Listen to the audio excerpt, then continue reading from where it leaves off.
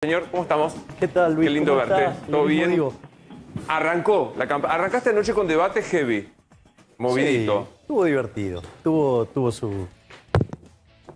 Sus subidas y vueltas. ¿Deja que te aproveche como economista para que después hablemos de otra cosa? Nunca dejé de ser economista. No, pero digo, pero viste que ahora estás como campaña, se te pregunta de todos temas. Congelan los precios, plan platita, inflación, que de vuelta, ¿a dónde estamos parados? A punto de explotar. A ver, vamos por partes. Controles de precios. Evidencia empírica, hay más de 4.000 años que nunca funcionaron. ¿Por qué esta vez va a ser diferente? Nunca es diferente. Siempre termina siendo igual. ¿Vos sabés cuándo hicieron esto? En el plan Helbart. Controles de precios, se llamaba inflación cero, fuerte represión del sistema de precios y ¿qué hacían? Emitían dinero. Eso generó un desequilibrio en el sector externo. Sí, vino el señor Celestino Rodrigo, se sinceró todo, sí, se conoció como el Rodrigazo. De hecho, Argentina tiene peores condiciones previas al Rodrigazo. Te paso todos los datos. Primer punto. Argentina tiene un déficit fiscal propio de las grandes crisis. El año pasado terminamos entre nación, provincias, municipios y Banco Central 11 puntos del PBI. Fíjate esto, el Rodrigazo estalló con 14. La tablita cambiaria con 11, con lo cual ya estamos ahí. La hiperinflación del Alfonsín con 8. La convertibilidad con 7, 11 el año pasado. Este año, si el déficit fiscal va a 4,5 puntos, ¿qué es lo que está en el presupuesto? El consolidado, con nación, provincia, municipios y Banco Central, va a estar en torno de 8, nivel propio de crisis. Punto 1. Punto 2. Tenés un desequilibrio monetario monstruoso. Vos tenés una base monetaria, que es el dinero que emite el Banco Central, y tenés una base monetaria y media en LELIQs y pases. Es decir, dinero que, digamos, en realidad son pasivos monetarios que se pueden convertir en dinero muy rápidamente. Y además, tenés que financiar el déficit. De hecho, mirá lo que son las cosas. En este momento, digamos, viene emitiendo 250.000 millones de pesos por mes el gobierno, ¿sí? Pero en diciembre va a emitir 450.000 millones de pesos. O sea, 1,2 billones de acá a fin de año. Cuando vos decís a punto de explotar, ¿estás diciendo qué? O sea, ¿qué te imaginas? ¿Un Rodrigazo? ¿Un qué? Va a ser peor que el Rodrigazo. Porque entonces, si yo tengo que puedo llegar a multiplicar la cantidad de dinero por 3,5 veces, si el sobrante de dinero, porque ¿qué pasa? ¿Por qué crees que hay que control de capitales?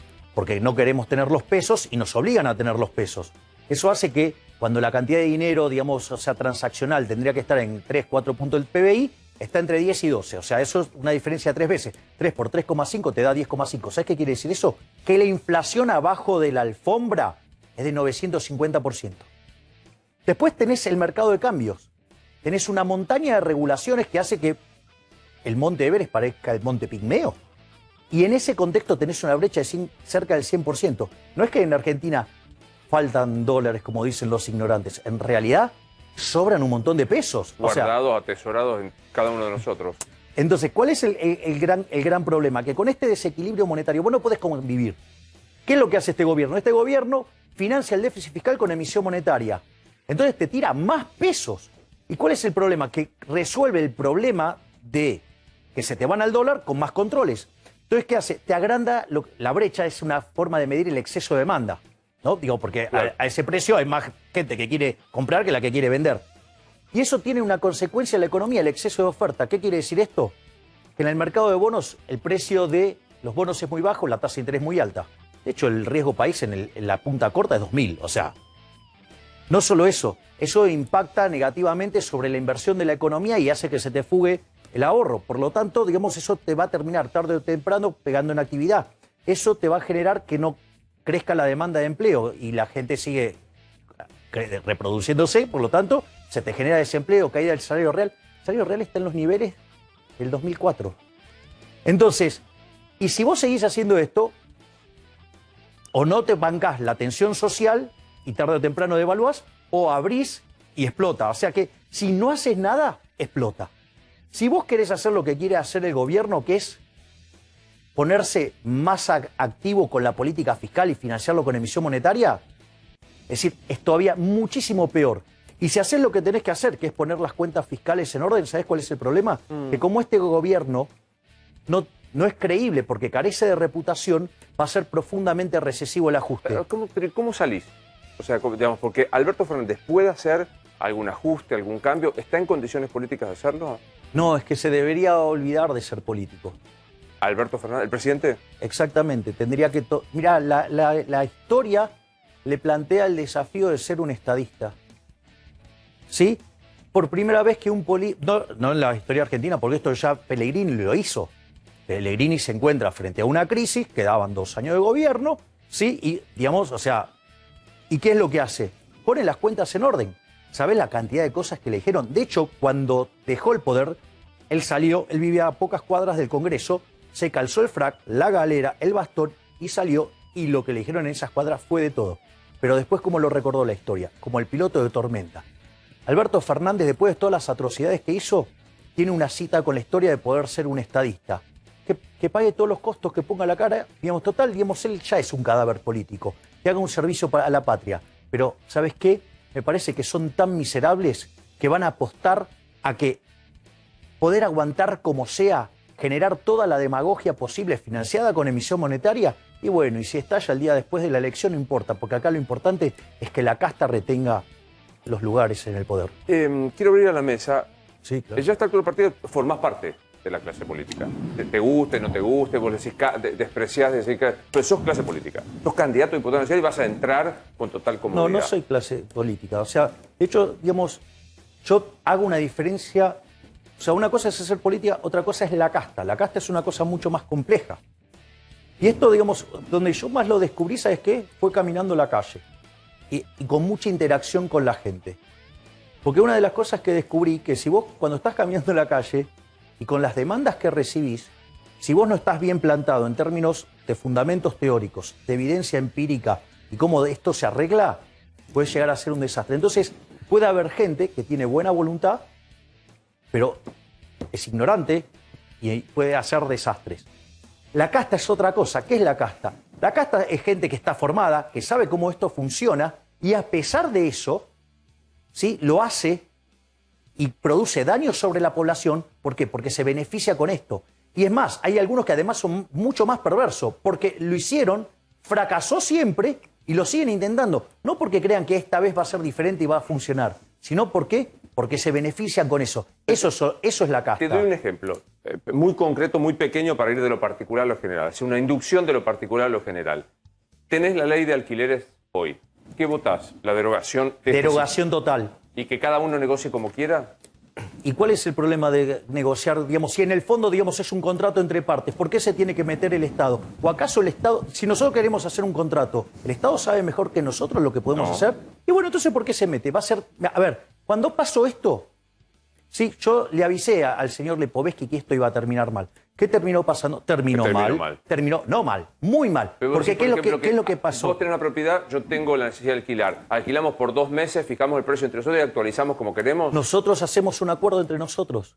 Y, digamos, cuando vos, en el fondo, cuando vos firmás un contrato, es como que estás creando tu propia legislación. Eso dice. O sea, a medida, digamos... Los contratos son las normas para las partes, dice el viejo código. Exactamente. Entonces, digo, ¿cuál es el problema? Si nosotros, vos sabés cuáles son tu situación, yo sé cuál es mi situación, ¿por qué alguien desde la poltrona que no tiene la más mínima idea de nada, va a determinar cómo tenemos que pactar nosotros? Es una locura. Es decir, entonces, ¿cuál es el punto? ¿Qué es lo que le dije a Lipovetsky que iba a pasar? Que iban a terminar retrayéndose la cantidad de viviendas. Pasó. Digo, con lo cual, además, los precios se fueron a las nubes, con lo cual pasó porque el precio relativo subió fuertemente. Y no solo eso, sino que además hay otro efecto que no se mide, pero que también está presente, que es el deterioro de la calidad de las viviendas que quedan. Entonces, digo, pasó todo. Ahora, estas cosas, la teoría económica la tiene resuelta hace 70 años. ¿Me comprendés? Entonces, cada vez que se hizo, en todos los lugares del mundo falló. ¿Por qué, digamos, creen que va a funcionar bien acá? Para ir al tema del alquiler, yo comparto con vos que la ley es horrible, se veía venir y generó todo esto que estás diciendo. También es cierto que hay una masa de necesitados de alquilar y una cantidad de vivienda mucho más baja, por lo cual el que tiene la propiedad puede ejercer la posibilidad de poner el precio que quiera en abuso de la persona que necesita alquilar. Falso. ¿Por qué? Porque yo voy y no lo tomo. ¿Cuál es el problema? No lo tomo. ¿Y dónde voy? Me iré a otro lado. ¿A dónde? Bueno, me iré a otro lado. Digamos, o sea, pero vos, porque si no, digamos, lo que estás diciendo es, entonces yo justifico avanzar sobre la propiedad de los dueños de las propiedades. No, eso me parece que no. Pero digo, que haya un plazo mínimo te da la posibilidad de la parte más débil, que es el inquilino, que banque. No, pero es que no hay partes débiles en el mercado, porque los intercambios son voluntarios. Es decir, el problema es que, digamos, porque si no, vos afectás el derecho de propiedad. Cuando afectás el derecho de propiedad, ¿sabes qué va a hacer el dueño de la propiedad? Se va a retirar. O sea, vas a terminar generando daños. Es el mismo problema que los controles de precios. Cuando vos controlás los precios, es un avance sobre el derecho de propiedad. Es como la ley de alquileres, es un avance sobre el derecho de propiedad. La ley de góndolas, es un avance del derecho de propiedad. Y cuando vos vas contra el derecho de propiedad, ¿sabes qué? Digamos, porque esto es lo importante, que es lo que no saben, no solo los políticos, muchos economistas no lo saben. El mercado, ¿qué es el mercado? Es un proceso de cooperación social donde se intercambian derechos de propiedad. Es decir, si yo te vendo mis anteojos, yo te entrego los anteojos y vos a cambio, ¿qué me das? Dinero. Dinero. Bueno, esa relación entre ese dinero y mis anteojos, ¿sabes qué es? Un precio. Es un registro histórico y eso transmite señal. Digamos, los agentes se coordinan respecto a eso. Algunos serán compradores, otros serán vendedores. Y si hay diferencias entre oferta y demanda, sí, digamos, se ajustan los precios. Ahora, si vos tenés un problema de que te faltan, digamos, viviendas, la única forma que vas a corregir que eso pase es con la señal de precios, que es lo que va a inducir a que la oferta crezca. Es decir, pero acá el problema es que, bueno, no creen, digamos, en el mercado, porque lo que no terminan de entender, que el mercado somos todos, interactuando y cooperando, Está claro. Salvo que sea a punta de pistola, pero eso ya no es mercado, eso es Estado. Sí, Nacho. Sí, Javier, tuviste un fuerte cruce con Miriam Bregman en el debate, de hecho ella no te saludó ni antes ni después, y se dio una situación con respecto a tu posición con el tema del aborto, que vos dejaste una frase que fue polémica, por eso te la quiero consultar. La única forma en que avalo el derecho al aborto es con riesgo de vida de la madre, porque hay un conflicto de propiedad. ¿Qué quisiste decir con lo del conflicto de propiedad? A ver, vamos por partes. Que yo tenga discrepancias ideológicas con alguien, me parece que no amerita ser maleducado. Yo intenté saludarla al inicio e intenté saludarla al final. ¿Te diste cuenta en el momento que no te había saludado?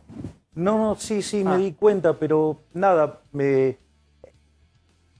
entendía que en la primera parte podía estar enojada o algo por el estilo, y que bueno, después del debate, digamos, quizás se le pasaba y intenté, digamos, y luego, digamos, si la cruzara la volvería a intentar saludar. O sea, porque, digamos, que yo tenga discrepancias ideológicas con alguien, digamos, no, digamos, bueno, de hecho tengo una excelente relación con el señor y no pensamos precisamente igual. Ese es el primer punto, o sea, con lo cual, no importa, digamos, o sea, si me la volviera a cruzar, voy a volver a intentar saludarla, no tengo problema, es un problema de otra índole.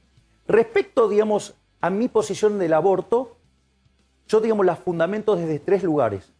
Desde un lugar ideológico, ¿sí? Desde el liberalismo, lo hago desde un lugar biológico y lo hago desde un lugar matemático. Desde el lugar del liberalismo el liberalismo es el respeto irrestricto del proyecto de vida del prójimo, basado, esto es muy importante, en el principio de no agresión y en defensa del derecho a la vida, la libertad y la propiedad. Como en el plano de la biología se determina que la vida comienza con la concepción, y en la visión matemática vos tenés dos saltos discretos a lo largo de la vida. La vida es un continuo, pero tiene dos saltos discretos. ¿Uno cuál es? La concepción. Sí. Y la otra es la muerte. No es así, pero bueno, te sigo. ¿Cuándo te morís? ¿Cuándo te morís? ¿Cómo? ¿Cuándo se muere una persona? Cuando dejaste de respirar. No. Bueno, la ley argentina dice que te morís con el electroencefalograma chato, aún con actividad vital. No, Por lo cual, si la vida termina con el electroencefalograma... A ver, te hago una pregunta. ¿Esa definición es biológica o de un abogado? No es biológica. No, ¿cómo porque que? la actividad cerebral... No, es biológica. La actividad digamos, cerebral que no admite... la muerte cerebral no permite más la vida de una persona en tanto persona. No, bueno, está bien, digamos, o sea, vos creés que... ¿Vos donás órganos? ¿Qué? ¿Vos donás órganos?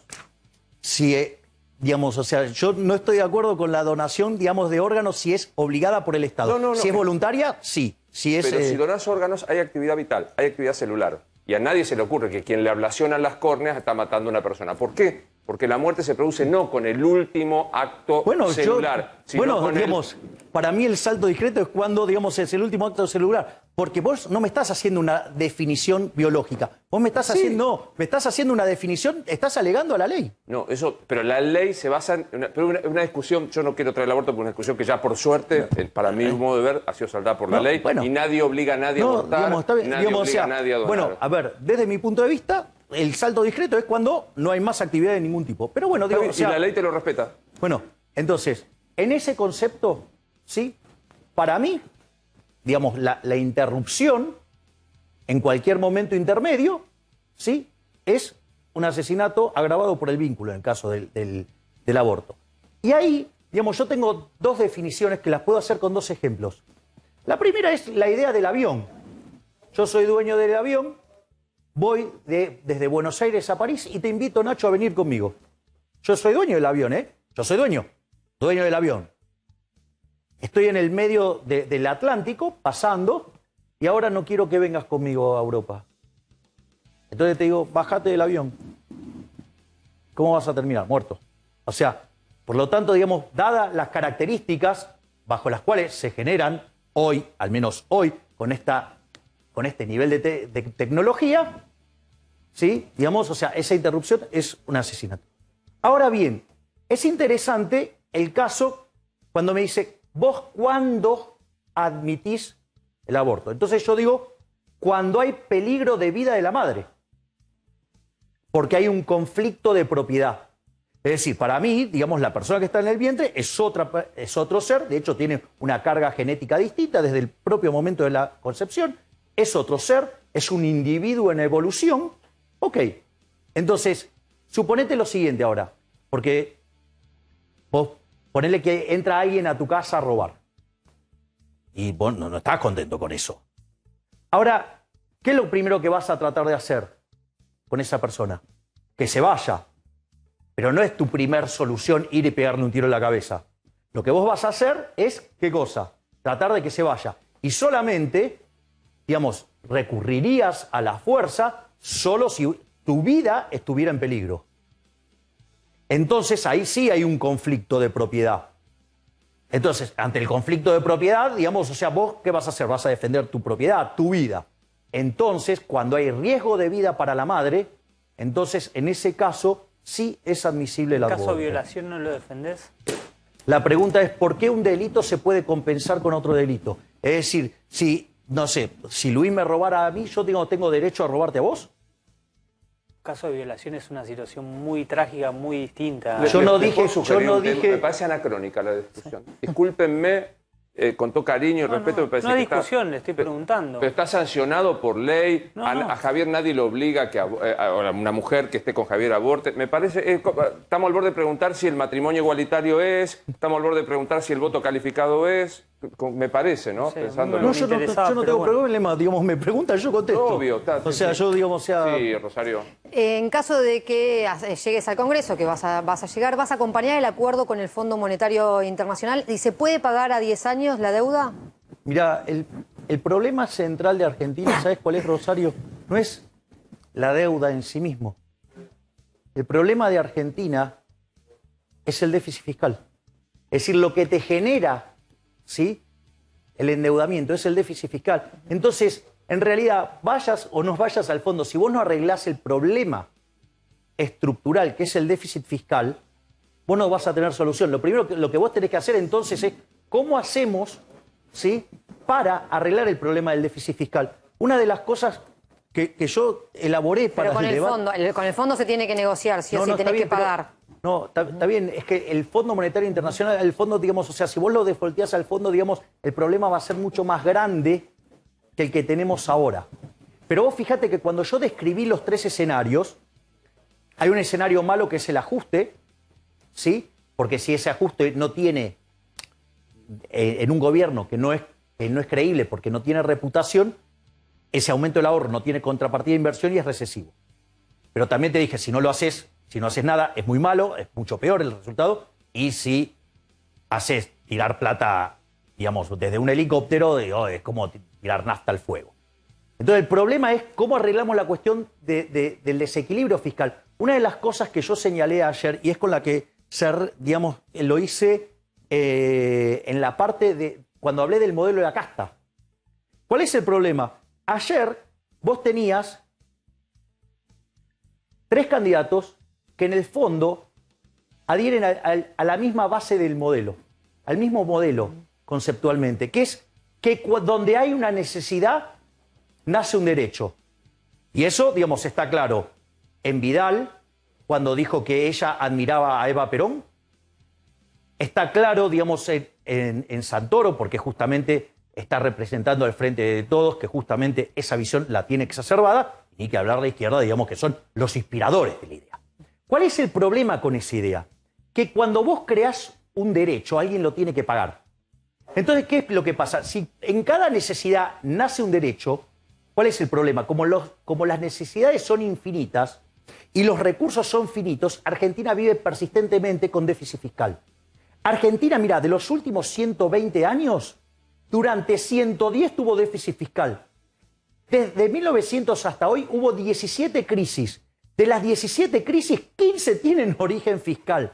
No solo eso, desde el año 50... Digo, porque hay algunos que tienen algún purismo con las cuentas. Entonces, medido desde el año 50 hasta acá, sí, Argentina, como consecuencia de estas crisis, vivió el 50% del tiempo en recesión. Es decir, el problema está ahí, porque ¿qué es lo que pasa? Cuando vos generás el déficit fiscal o lo financiás con impuestos, ¿qué es lo que pasa cuando lo financiás con impuestos? Ahora, cuando estés en el Congreso va a llegar el acuerdo con el Fondo Monetario. ¿Apoyás al gobierno? ¿Me podés permitir que termine con esto? Porque esto, digamos, o sea, te va a dar las bases de la respuesta. El primer punto es, vos subís los impuestos. Si vos subís los impuestos, ¿qué terminas haciendo? Terminas matando el crecimiento. Argentina, de hecho, digamos, arrancó el siglo XX, sí, teniendo un PBI per cápita como el de Australia, y hoy, al tipo de cambio oficial, tenemos el 25%, perdimos el 75%. Y al paralelo, perdimos el 87,5%. O sea, una situación miserable. De hecho, pensá que en Australia los pobres tienen una 4x4. Pero no solo eso, sino que la otra alternativa, ¿cuál es? Endeudarte. Es profundamente inmoral porque es cobrarle impuestos a gente que no votó, a gente que no nació. O la otra es con emisión monetaria, impuesto inflacionario, y es reventarle la cabeza a los más pobres, porque en el fondo le pega entre 25 y 30 veces más fuerte. Entonces, vos lo que tenés que hacer, primero tiene que cambiar la base del modelo. Es decir, ese modelo no funciona más porque ese modelo nos lleva, digamos, a Cuba directamente. Entonces, ¿cuál es el punto? El punto es que vos tenés que poner las cuentas fiscales en orden. Después, si te lo financia, digamos, te lo puede financiar el fondo o te lo puede financiar cualquiera, ¿sí? Ahora, ir a un default, ¿qué hace? Que convivas con altas tasas de interés, con bajos niveles de capitalización, con salarios reales más bajos. Por lo tanto, digamos, o sea, ahorrar la deuda no es un tema menor.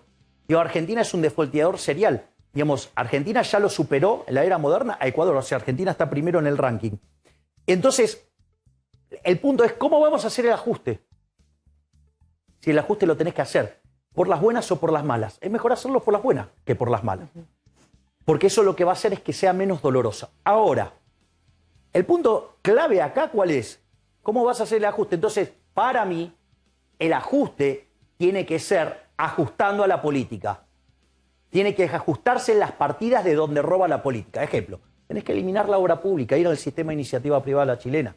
Tenés que eliminar las transferencias discrecionales, nación, provincia, provincia, municipio, porque ahí roban de lo lindo. Claro, la usan para hacer política, ¿sí? Y además, o sea, podrías reencuadrar el tema tarifario, pero de vuelta, tocando la ecuación económica financiera del contrato. Por ejemplo, Aranguren lo hizo, digamos, lo hizo mal. ¿Por qué? Porque subía las tarifas, pero no tocaba el resto del contrato. Las empresas seguían siendo deficitarias, no te invertían. Vos lo que tenés que modificar es todo el contrato. Y no todo tiene que caer sobre los precios. El tema entonces es, si vos haces el ajuste que corresponde, porque si no la piña nos la vamos a pegar igual, digamos, el tema Fondo Monetario Internacional es intrascendente, porque hasta te podrías financiar en el mercado. El problema es que quieren hacer el ajuste. Y si van a hacer el ajuste, ¿a dónde lo van a hacer? Porque si hacen el gran acuerdo nacional, ¿sí? ¿Qué se va a juntar? ¿La reta con el kirchnerismo? ¿Sabe cómo termina eso, no? ajuste de vuelta sobre nuestro bolsillo, porque Larreta, digamos, es el campeón de subir los impuestos y no de bajar el gasto. Última breve de Martín, por favor. Ayer se conoció el crimen de Lucas Cancín, un chico en Quilmes cuando iba al colegio. Y sobre esa noticia, José Luis Espert, candidato de un espacio similar al tuyo en la provincia de Buenos Aires, tuiteó bala, creo yo en referencia a la pena de muerte. ¿Vos estás de acuerdo con la pena de muerte para algunos delitos? No, yo no estoy de acuerdo bajo ningún punto de vista con la pena de muerte. Mi posición respecto a esto en economía se estudia en un campo que se llama Law and Economics. Sí, es un campo que nació a partir de 1968 con un artículo de Gary Becker que se llama Crimen y Castigo, cuando él estaba dando clases en la Universidad de Columbia, en Nueva York. Y básicamente en Nueva York se venía aplicando lo que acá llamamos la doctrina Zaffaroni, por decirlo de alguna manera. Entonces decía, mirá, acá le estás bajando tanto el costo a la delincuencia que la vas a hacer volar por los aires. Y efectivamente en los 80s, digamos, Nueva York era la ciudad más peligrosa del mundo. ¿Cómo lo resolvió Giuliani? Entendiendo la lógica del crimen como una decisión económica. Es decir, cuando vos le aumentás el beneficio esperado a una actividad, esa actividad crece. Ahora, eso entonces tiene, digamos, toda una lógica de cómo vos lo vas a combatir. Pero recordá que así como a Nacho yo le definí el liberalismo como el respeto irrestricto del proyecto de vida del prójimo, basado en el principio de no agresión, y el primer derecho que rescato en la tradición de John Locke, ¿cuál es? La vida. Bajo ningún punto de vista estoy a favor de la pena de muerte. Es decir, ¿cómo voy a ir, digamos, o sea, no sé, ponerle la pena que quieras, hacer, digamos, que sea de cumplimiento, lo que fuera, pero no con la vida. ¿Vas a hacer bloque propio o vas a ser aliado, vas a tener un interbloque con alguien? Mira, yo, no, digamos, o sea, hay personas con las cuales tengo afinidad natural. Es decir, yo puedo tener mis diferencias, por ejemplo, con José Luis. Sí, ¿y cuál es el problema? O sea, los liberales, o sea, tenemos distintas posiciones. O sea, no todas las posiciones son homogéneas. De hecho, José Luis es un liberal clásico. Yo soy un minarquista en los hechos y un anarcocapitalista filosóficamente. Digamos, ahora, respecto al resto, estoy mucho más cerca, digamos, de lo que es para mí el modelo colectivista. Por lo tanto, en ese sentido, digamos, o sea, yo no tengo problemas. Igual recordá esto. Mi concepto es un concepto de índole moral. Es decir, hay cosas que no voy a hacer, por ejemplo, subir los impuestos, no voy a crear nuevos impuestos, jamás voy a ir contra la vida, la libertad y la propiedad. Y todos los proyectos, digamos, yo, digamos, participaré, enviaré o lo que fuera, pero siempre desde una perspectiva moral. Fíjate que mi principal crítica al Banco Central no está en lo técnico, está en lo moral. ¿Por qué? Porque la inflación, en el fondo, ¿sí?, es un robo, es una estafa. Y eso, desde lo moral, está mal, porque vos estás a favor del robo, no.